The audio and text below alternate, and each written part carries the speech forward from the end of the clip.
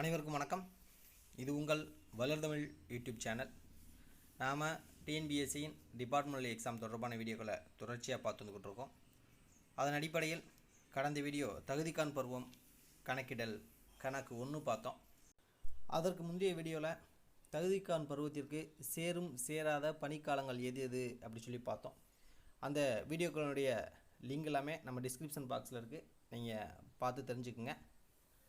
இந்த வீடியோவை முழுமையாக பாருங்கள், எங்கேயும் ஸ்கிப் பண்ணிடாதீங்க. அப்போ தான் தகுதிக்கான் பருவ கணக்குகள் சம்மந்தமான உங்களுக்கு இருக்கக்கூடிய மேலும் சில சந்தேகங்களும் தெளிவாகும். அப்போ நம்ம கடந்த வீடியோவில் பார்த்தோன்னா கடைசியில் ஒரு செய்முறை கணக்கு ஒன்று கொடுத்துருந்து அதுக்கு நம்மளுடைய வாட்ஸ்அப் நம்பரும் கொடுத்து ஒர்க் அவுட் பண்ணி வாட்ஸ்அப்பில் போட சொன்னோம். ஒரு 4-5 நண்பர்கள் பார்த்தோம் அப்படின்னா போட்டிருக்காங்க. அது 2-3 பேர் அக்யூரேட்டாக போட்டிருந்தாங்க. ஸோ அவர்களுக்கு நமது யூடியூப் சேனல் சார்பாக வாழ்த்துக்கள் தெரிவிச்சுக்கிறேன். மேலும் உங்களுடைய பயிற்சியும் முயற்சியும் தொடரணும் அப்படின்னு கேட்டுக்கிறேன். பார்க்காதவங்க அந்த வாட்ஸ்அப் வீடியோவை பாருங்கள், அந்த லிங்கும் டிஸ்கிரிப்ஷன் பாக்ஸில் இருக்குது. தகுதிக்கான் பருவம் கணக்கிடல் கணக்கு 1 அப்படிங்கிற தலைப்பில் பார்த்தோம் அப்படின்னா அந்த லிங்க் இருக்குது, பார்த்துக்குங்க. அதில் நம்ம கான்டாக்ட் நம்பர் இருக்குது, வாட்ஸ்அப் நம்பர் இருக்குது. ஏதேனும் டிபார்ட்மெண்ட் எக்ஸாம் தொடர்பான இல்லை அலுவலக நடைமுறை தொடர்பான சந்தேகங்கள் இருந்துச்சுன்னா தாராளமாக கேட்டு தெரிஞ்சுக்கலாம். இன்றைய வீடியோ அந்த செய்முறை கணக்குக்கான விளக்கத்தை பார்த்துட்டு அப்புறம் இன்று ஒரு மாதிரி கணக்கு பார்க்கலாம். ஓகே, வாங்க இன்றைய வீடியோ பார்க்கலாம். அதற்கு முன்னால் நமது சேனலை சப்ஸ்கிரைப் பண்ணுங்கள், நண்பர்களுக்கும் இந்த வீடியோவை ஷேர் பண்ணுங்கள், லைக் பண்ணுங்கள், கமெண்ட் பண்ணுங்கள். வாங்க வீடியோ பார்க்கலாம். அந்த செய்முறை கணக்கு வினா பார்த்திங்கன்னா இதான். மதுரை மாவட்ட கருவூல அலுவலகத்தில் தற்காலிக இளநிலை உதவியாளராக திரு ஆர் மகேஷ்குமார் என்பவர் 10/6/2015 முற்பகல் பணியில் சேர்ந்தார். பின்னர் தமிழ்நாடு அரசு பணியாளர் தேர்வாணையம் தொகுதி 4 தேர்வு செய்யப்பட்டு இளநிலை உதவியாளராக 9/8/2015 பிற்பகல் பணியில் சேர்ந்தார். இவர் 10/9/2015 முதல் 28 நாட்கள் ஊதியமில்லா விடுப்பில் இருந்தார். இவரை சில நிர்வாக காரணங்களால் உசிலம்பட்டி சார்நிலை கருவூலத்திற்கு பணி மாற்றல் செய்யப்பட்டு 3/12/2015 பிற்பகல் விடுவிக்கப்பட்டார். புதிய பணியிடத்தில் 8/12/2015 முற்பகல் பணியில் சேர்ந்தார். இவர் 12/12/2015 முதல் 5 நாட்கள் தற்செயல் விடுப்பும் 5 நாட்கள் ஈடுசை விடுப்பும் துய்த்துள்ளார். பின்னர் இவ்விடுப்புகள் ஈட்டிய விடுப்பாக ஆணையிடப்பட்டது. மேலும் இவரது பணியில் காணப்பட்ட குறைபாடுகளின் பேரில் 1/3/2016 முதல் 30 நாட்கள் தற்காலிக பணி நீக்கத்தில் வைக்கப்பட்டு பின்னர் இக்காலம் பணிக்காலமாக பாவித்து முறைப்படுத்தப்பட்டது. மேலும் 1/10/2016 முதல் 26 நாட்கள் மருத்துவ சான்றின் பேரில் விடுப்பினை துய்த்துள்ளார். மேலும் இவர் 10/5/2017 முற்பகல் முதல் 10 நாட்கள் ஈட்டிய விடுப்பும் துய்த்துள்ளார். இவர் 2/6/2017 முதல் 41 பணி நாட்கள் கொண்ட பவானிசாகர் அடிப்படை பயிற்சிக்கு அனுப்பப்பட்டார். இவர் தனது 2 ஆண்டு காலம் தகுதிக்கான் பருவம் நிறைவு செய்யும் நாளினை கணக்கிடவும் அப்படின்னு சொல்லி கேட்டாங்க. இதுதான் வினா. இதில் பார்த்தீங்கன்னா அவர் முதலாக இளநிலை பதிவாளராக 10/6/2015 முற்பகலில் சேர்ந்தார். ஆனால் அது தற்காலிக பணி, அதனால் அதை பணியில் சேர்ந்த நாளாக எடுத்துக்கொள்ளக்கூடாது. அப்போ முதலில் பணியில் சேர்ந்த நாள் 9/8/2015 பிற்பகல். அப்போ தகுதிக்கான் பருவம் கணக்கிடும்போது அதற்கு அடுத்த நாளான 10/8/2015 முற்பகலில் தான் முதல் நாள். அதில் தான் கால்குலேஷன் ஆகும். சரிங்களா? சரி, வாங்க அந்த கணக்கீட்டு தாளை பார்க்கலாம். கணக்கீட்டு தாள் இந்த மாதிரி தான் போடணும்னு சொல்லியிருந்தோம். முதல்ல மேலே அவங்களுடைய பேரும் பதவியும் அது சம்மந்தமான விடுப்புகள் சம்மந்தமான குறிப்புகள் எழுதிட்டு கீழே கணக்கீட்டு தாள் போடணும்னு சொல்லியிருக்கோம். இப்போ பார்த்திங்கன்னா தகுதிக்கான் பருவம் கணக்கீட்டு தாள், அதில் மேலே அலுவலரின் பெயரும் பதவியும் திரு ஆர் மகேஷ்குமார் இளநிலை உதவியாளர், பணியில் சேர்ந்த நாள் அவர் 9/8/2015 பிற்பகலில் சேர்ந்தார். அதுக்கு அடுத்த நாள் 10/8/2015 முற்பகல் தான் அவர் முதலாக பணியில் சேர்ந்ததாக கணக்கில் எடுத்துக்கணும். அதில் தான் கால்குலேஷன் பார்த்தோம்னா கவுண்டிங் ஆகும். அடுத்த அனுபவித்த விடுப்புகள் பார்த்தோன்னா 10/9/2015 முதல் 7/10/2015 வரை ஊதியமில்லா விடுப்பு, 12/12/2015 முதல் 21/12/2015 வரை ஈட்டிய விடுப்பு. இதை நேரடியாக இங்கே ஈட்டிய விடுப்புன்னு சொல்லிக்க மாட்டாங்க, தற்செயல் விடுப்பு மற்றும் ஈடு செய்யும் விடுப்பு அப்படின்னு சொல்லியிருப்பாங்க. சரிங்களா? அதாவது ஈட்டிய விடுப்பாக மாற்றப்பட்டுள்ளது அப்படின்னு சொல்லியிருப்பாங்க. அடுத்து 1/10/2016 முதல் 26 நாட்கள் மருத்துவ விடுப்புன்னு சொல்லியிருப்பாங்க. அதனால் 26ஆம் தேதி வரைக்கும் எழுதியாச்சு. அடுத்து ஈட்டிய விடுப்பு பார்த்தீங்கன்னா 10/5/2017 10 நாட்கள்னு சொல்லியிருப்பாங்க. அதனால் 10ஆம் தேதி வரைக்கும் எழுதியிருக்கோம், 19/5/2017 வரைக்கும். உங்களுக்கு தெரியலனா பார்த்தீங்கன்னா விரலிட்டு கூட கூட்டிக்குங்க, கொஞ்சம் கரெக்டாக போட்டுக்குங்க. அந்த 10 நாள் கவுண்டிங் பார்த்தீங்கன்னா 10ஆம் தேதியிலேருந்து அப்படின்னா 20ஆம் தேதி வரைக்கும் போட்டக்கூடாது. 10லேருந்து ஸ்டார்ட் ஆகிறதுனால 10ஆம் தேதியோட 10 நாள் முடியும். சரிங்களா? அது கொஞ்சம் கவனமாக பார்த்துக்கணும். அதுக்கப்புறம் தற்காலிக பணி நீக்கம் சொல்லியிருக்காங்க. 1/3/2016 முதல் 30/3/2016 வரை அவங்க 30 நாள் சொல்லியிருப்பாங்க. 30 நாள் போட்டாச்சு.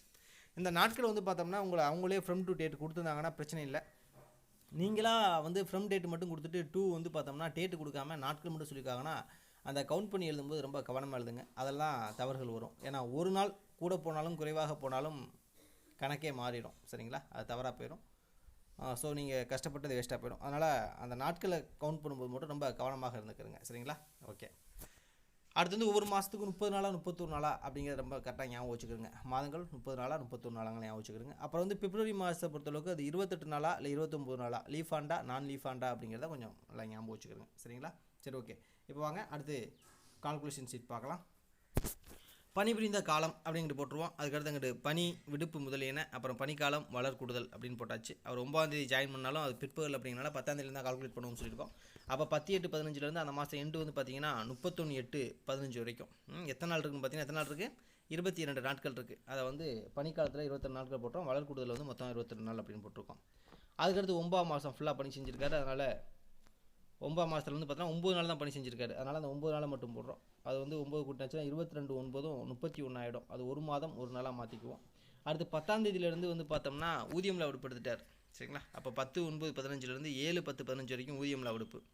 அதுக்கடுத்து 8/10/15 ஏன்னா 7ஆம் தேதி வரைக்கும் ஊதியம்ல விடுப்பு. அடுத்த நாள் 8/10/15 அந்த 10 மாதம்ங்கிறது பார்த்தீங்கன்னா 31 முடியும். அதனால் 31/10/15 வரைக்கும் அது வந்து பார்த்தீங்கன்னா எத்தனை நாள் இருக்குன்னு பார்த்தீங்கன்னா கவுண்ட் பண்ணி பார்த்தீங்கன்னா 24 நாட்கள் இருக்கும். ஏன்னா 7 நாளாக கழிச்சிடணும். 31 7 போச்சுன்னா 24 நாள். அப்போ ஒரு மாதம் இருந்துச்சு, அங்கே ஒரு நாள் இருந்துச்சு. 24 ஒன்று கூட்டோம்னா 25 நாள் ஆகிடும்.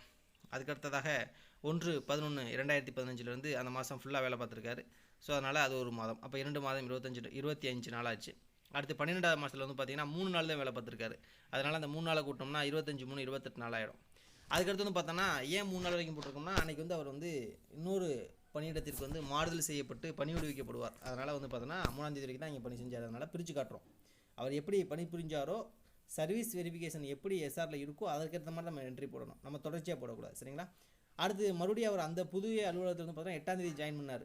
அப்போ 4ஆம் தேதியிலேருந்து 7ஆம் தேதி வரைக்கும் பணியிருப்படை காலமாக வீட்டில் இருந்திருக்கார். சரிங்களா? ஸோ அதனால் அது வந்து பணியிருப்படை காலம் அப்படின்னு பிரித்து காட்டுறோம். பணியிருப்படை காலமும் பனிக்காலமாக சேரும். அந்த சேரும் சேராத காலத்துலேயும் நம்ம சொல்லியிருப்போம் பனிக்காலமாக சேரும். அப்போ இது 4 நாளும் பனிக்காலமாக சேரும். அப்போ 28 நாள் 32,000. அதனால் 2 போட்டுட்டாங்க. இங்கே 2ஆம் மாதத்தோடு ஒரு மாதத்தை கூட்டி 3ஆம் மாதம் போட்டுக்கிறோம். 3 மாதம். சரி, ஓகே. அடுத்து 8ஆம் தேதியிலேருந்து அந்த மாதம் 11ஆம் தேதி வரைக்கும் பணி செஞ்சார். 4 நாள். அப்போ 3 மாதம் 6 நாள் ஆச்சு. சரிங்களா? அடுத்து 12ஆம் தேதியிலேருந்து 21ஆம் தேதி வரைக்கும் அவர் வந்து பார்த்தீங்கன்னா 10 நாள் ஈட்டியை விடுபடுத்தார். அதுக்கடுத்து 22ஆம் தேதியிலேருந்து 31ஆம் தேதி வரைக்கும் 10 நாட்கள் இருக்குது. அது பணி நாள். அப்போ 3 மாதம் 16 நாட்கள். அடுத்து 1/1 29/2/16 வரைக்கும். ஏன்னா 2016 லீஃப் ஆண்டதுனால 29 வரைக்கும் வரும். ஸோ 2 மாதம். அப்போ 5 மாதம் 16 நாட்கள். அப்போ 1/3 30 நாள் தற்காலிக பணி நீக்கத்தில் இருந்திருக்காரு. அதனால் தற்காலிக பணிக்கும் போட்டாச்சு. அந்த மாதத்தில் இன்னும் ஒரே ஒரு நாள் மட்டும் இருக்குது 31 மட்டும். அதனால் ஒரு நாள் கூட்டியாச்சு. அப்போ 5 மாதங்கள் 17 நாட்கள் ஆச்சு. சரிங்களா? அடுத்து 4ஆம் மாதம் 1/4/16 30/9/16 வரைக்கும் எந்த ஒரு விடுப்புமே எடுக்கல. அதனால் முழுமையாக 6 மாதம் இருந்திருக்காரு. அப்போ 11 மாதம் 17 நாள். அதுக்கடுத்தாக பார்த்தீங்கன்னா 1/10/16 26/10 வரைக்கும் 26 நாள் வந்து பார்த்தீங்கன்னா மருத்துவ விடுப்பில் இருந்திருக்காரு. அடுத்து 27 31/10 வரைக்கும் 5 நாட்கள் வந்து பார்த்தீங்கன்னா பணி செஞ்சுருக்காரு. அப்போ 17/5/22 ஆயிடுச்சு. சரிங்களா? அடுத்து 1/11 31/12 வரைக்கும் 2 மாதங்கள் பணி புரிஞ்சிருக்காரு. அப்போ ஓராண்டு 1 மாதம் 22 நாட்கள் ஆயிடுச்சு. சரிங்களா? அதுக்கடுத்து 1/1/2017 30 நாள் வரைக்கும் அது ஒரு 4 மாதம். அப்போ 1 வருடம் 5 மாதம் 22 நாள் ஆச்சு. அடுத்து 1/5 9/5 வரைக்கும் பார்த்தீங்கன்னா 9 நாட்கள் பணி புரிஞ்சிருக்காரு. அப்போ 1 வருடம் 6 மாதம் 1 நாள். அதுக்கடுத்து 10/5 ஒரு 10 நாள் வந்து பார்த்தீங்கன்னா ஈட்டிய விடுப்பு 19/5 வரைக்கும். அடுத்து 25 31/5/17 வரைக்கும் பணி செஞ்சிருக்காரு 12 நாட்கள். ஏற்கனவே இங்கே ஒரு நாள் இருக்குது. அதனால் 12/1 13,000. அப்போ 1 வருடம் 6 மாதம் 13 நாள் ஆச்சு. அடுத்து 1/6/17 31/10/17 வரைக்கும் 5 மாதங்கள். அப்போ 1 வருடம் 11 மாதம் 13 நாள். ஏன் இது வந்து பார்த்தோம்னா நம்ம 10 வரைக்கும் எடுத்துக்கோம்னா நமக்கு மேக்ஸிமம் வந்து 2 வருஷம் தான் தேவை. சரிங்களா? நம்ம 2 வருஷம் தான் தேவை. அப்போ 2 வருஷம் ஏற்கனவே 1 வருடம் 6 மாதம் இருக்குன்னா இன்னும் வந்து 13 நாள் பேலன்ஸ் இருக்குது. அப்போ 5 மாதமும் 17 நாள் தான் தேவைங்கிறதுனால 5 மாதம் மட்டும் எழுதிக்கிறோம். அடுத்ததாக 1/11/17 நமக்கு 17 நாள் தான் தேவை. ஏன்னா மொத்தம் ஒரு மாதத்துக்கு 30 நாள், அங்கே 13 இருக்குது. அப்போ 17 தான் தேவை. அதனால் 17 இங்கே வந்து எழுதுகிறோம். 17/11/2017 வரைக்கும் வந்து பார்த்திங்கன்னா பணி செஞ்சுருக்காரு. அது வந்து எத்தனை நாள் மொத்தம்? 17 நாள். அது 18ன்னு போட்டிருக்கு. அது வந்து 17 நாள். அப்போ 17 வந்து பார்த்தீங்கன்னா 13 30 நாள் ஆகிடும். சரிங்களா? அது 17 18 தப்பாக பிரிண்ட் ஆகிருக்கு. 17 ஞாபகம் வச்சுக்கிறோங்க. மறுபடியும் சொல்கிறேன். அது 17. அப்போ 17/11/2017 பிற்பகல் தனது 2 ஆண்டு தகுதிக்கான் பருவத்தை நிறைவு செய்கிறார். சரிங்களா? ஓகே. இதான் வந்து பார்த்தீங்க அப்படின்னா இந்த கணக்குக்கான ஆன்சர். 17/11/2017 பிற்பகல் தன்னிலிருந்து 2 ஆண்டு காலம் தகுதிகான் பருவத்தை நிறைவு செய்கிறார் என்பது சரியான விடை. சரிங்களா? இதில் இந்த 18ங்கிறத 17 மாற்றிக்கிறோங்க. ஓகே, சரி, ஓகே. இப்போ வாங்க இன்றைய செய்முறை கணக்கை என்னங்கிறத உங்களுக்கு சொல்கிறேன் பாருங்கள். அதை செஞ்சு நம்மளுடைய காண்டாக்ட் நம்பரில் வந்து பார்த்தோம்னா வாட்ஸ்அப் நம்பரில் வந்து காண்டாக்ட் பண்ணுங்கள். ஸோ நான் உங்களுக்கு திருத்தி ஆன்சர் பண்ணுறேன். ஓகே, வாங்க அந்த செய்முறை கணக்கை பார்க்கலாம். இதான் பார்த்தீங்கன்னா செய்முறை கணக்கு. ஈரோடு மாவட்டம் சத்தியமங்கலம் உதவி கல்வி அலுவலகத்தில் திருமதி கஸ்தூரி என்பவர் தற்காலிக இளநிலை உதவியாளராக 10/11/2014 பணியில் சேர்ந்தார். பின்னர் தேர்வாணையம் மூலம் இளநிலை உதவியாளராக தேர்வு செய்யப்பட்டு அதே அலுவலகத்தில் 1/4/2015 பிற்பகல் முதல் பணியில் சேர்ந்தார். பணியிடம் காலி இல்லை என்பதனால் 6/6/2015 பிற்பகல் முதல் 27 நாட்கள் பணியிலிருந்து விடுவிக்கப்பட்டார். பின்னர் பணியில் சேர்ந்த இவர் 2/12/2015 முதல் 39 நாட்கள் சம்பளமில்லா விடுப்பில் இருந்தார். 1/2/2016 முதல் 2 மாதங்களுக்கு அயற்பணிக்கு அனுப்பப்பட்டார். பணி மாறுதலின் போது 9/7/2016 பிற்பகல் முதல் 15 தினங்கள் கூடுதலாக அவர் அனுபவித்த பணியிற்படை காலம் ஈட்டிய விடுப்பாக பாவிக்கப்பட்டது. இவர் 21/9/2016 பிற்பகல் முதல் 35 நாட்கள் மருத்துவ விடுப்பில் சென்றுள்ளார். இவரை 2/1/2017 பிற்பகல் முதல் 47 நாட்கள் தற்காலிக பணி நீக்கத்தில் வைக்கப்பட்டு பின்னர் பணியமர்த்தப்பட்டார். பின்னர் இது பணிக்காலமாக முறைப்படுத்தப்பட்டது. இவர் 1/4/2017 முதல் 41 நாட்கள் பணி நாட்கள் கொண்ட பவானிசார் அடிப்படை பயிற்சிக்கு அனுப்பப்பட்டு பணி நிறைவு செய்தார். இவரது தகுதிகான் பருவம் கணக்கிடுக அப்படின்னு சொல்லியிருக்காங்க. ஸோ பார்த்தீங்கன்னா ஃபஸ்ட்டு அவர் வந்து 10/11/14 வந்து பார்த்தீங்கன்னா தற்காலிக பணியாளர் தான் செஞ்சிருக்காரு. டிஎன்பிஎஸ்சி மூலமாக தேர்வு செய்யப்பட்டு 1/4/15 பிற்பகலில் தான் பணியில் சேர்ந்திருக்காரு. அப்போ 2/4/15 தான் அவர் மூலமாக கால்குலேஷன் வந்து நம்ம எடுத்துக்குவோம். அதுக்கப்புறம் பார்த்தீங்கன்னா 6/6/15 அவர் வந்து பார்த்தோன்னா பணியிலிருந்து விடுவிக்கப்பட்டார். அது வந்து பிரேக் ஆஃப் சர்வீஸ் தான். அதை வந்து பார்த்தோன்னா பிரேக் ஆஃப் சர்வீஸ்னு காட்டிடணும். அடுத்து பார்த்தீங்கன்னா 2/12/15 முதல் 39 நாட்கள் சம்பளமில்லா விடுப்பு ஊதியமில்லா விடுப்பில் இருந்திருக்காரு எல்எல்பி. ஸோ அதை வந்து பார்த்தோன்னா சர்வீஸில் செய்யக்கூடாது. அதுக்கடுத்து 1/2/2016 2 மாதங்கள் வந்து அயற்பணிக்கு அனுப்பப்பட்டார். அயற்பணிங்கிறது வந்து பார்த்தோம்னா குவாலிஃபைங் சர்வீஸ் தான். சரிங்களா? தகுதிகான் பருவத்துக்கு ஆட் ஆகும். அதுக்கடுத்து பார்த்தீங்கன்னா 15 தினங்கள் வந்து கூடுதலாக பணியிற்படை காலம் வந்து கூடுதலாக அனுபவிச்சிருக்காரு. அதை வந்து ஈட்டி விடுப்பாக மாற்றிருக்காங்க. அப்போ ஈட்டி விடுப்பு வந்து பார்த்தோம்னா அதுவும் நான் குவாலிஃபைங் சர்வீஸ் ஆகும். அதுக்கப்புறம் 35 நாட்கள் வந்து மருத்துவ விடுப்பில் இருந்திருக்காரு. அதுவும் நான் குவாலிஃபைங் சர்வீஸ் தான். அதுக்கப்புறம் 40 நாட்கள் தற்காலிக பணி நீக்கத்தில் இருந்திருக்காரு. அதுவும் நான் குவாலிஃபைங் சர்வீஸ் தான். ஸோ இதெல்லாம் பார்த்துக்குங்க. பார்த்துட்டு நீட்டாக கணக்கீட்டு தலை போட்டு நம்மளுடைய வாட்ஸ்அப் நம்பருக்கு அனுப்பிச்சுடுங்க. உங்களுக்கு அதை திருத்தி இப்படி அனுப்புகிறேன். ஸோ இதில் ஏதேனும் சந்தேகங்கள் இருந்துச்சுனாலும் நீங்கள் வாட்ஸ்அப்பில் தாராளமாக கேட்கலாம். மேலும் கமெண்ட் பாக்ஸ்லையும் தெரிவிக்கலாம். இந்த வீடியோ பிடிச்சிருந்தால் லைக் பண்ணுங்கள், ஷேர் பண்ணுங்கள், சப்ஸ்கிரைப் பண்ணுங்கள். மறக்காமல் நண்பர்களுக்கெல்லாம் இதெல்லாம் சொல்லிக் கொடுங்க, எல்லோரும் தெரிஞ்சுக்கிட்டோம். தேங்க்ஸ் ஃபார் வாட்சிங்.